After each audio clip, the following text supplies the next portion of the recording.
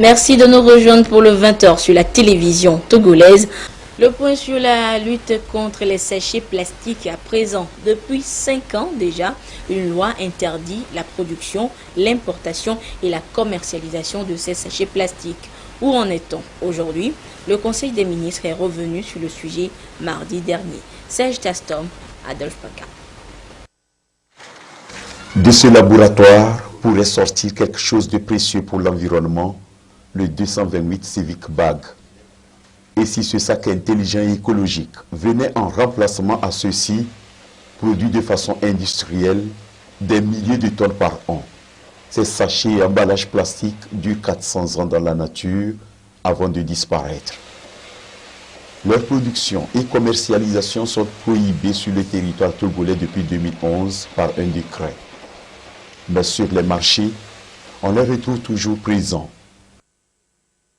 Menées sur le terrain, leur production continue dans les usines comme si de rien n'était.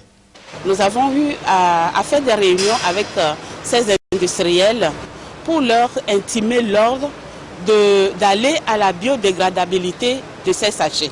Ça n'a pas été fait. C'est vrai, j'ai eu à procéder aux fermetures des magasins. Je n'avais pas la responsabilité de l'industrie, mais j'ai pu, pour ceux qui rentrent sur le marché togolais, on a pu fermer les magasins. Et les industriels, par réaction, ont fermé les usines, disant que comme on a fermé les magasins, ils n'arrivaient plus à produire. Donc du coup, ils ont mis les gens en chômage technique.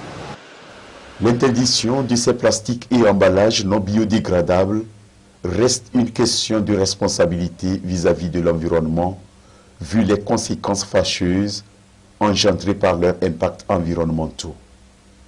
Si les plasturgistes n'ont pas encore bougé d'une ligne dans ce combat, ces jeunes animés d'un élan écologique ne pensent pas s'arrêter là.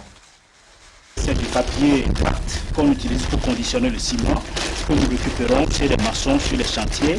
Et ils nous les vendent à un prix unitaire de 25 francs. Nous découpons cela sous ce format et nous utilisons le papier, celui du milieu, pour pouvoir reconditionner et puis dessiner notre sac là-dedans, pour avoir un sac tout à fait écologique.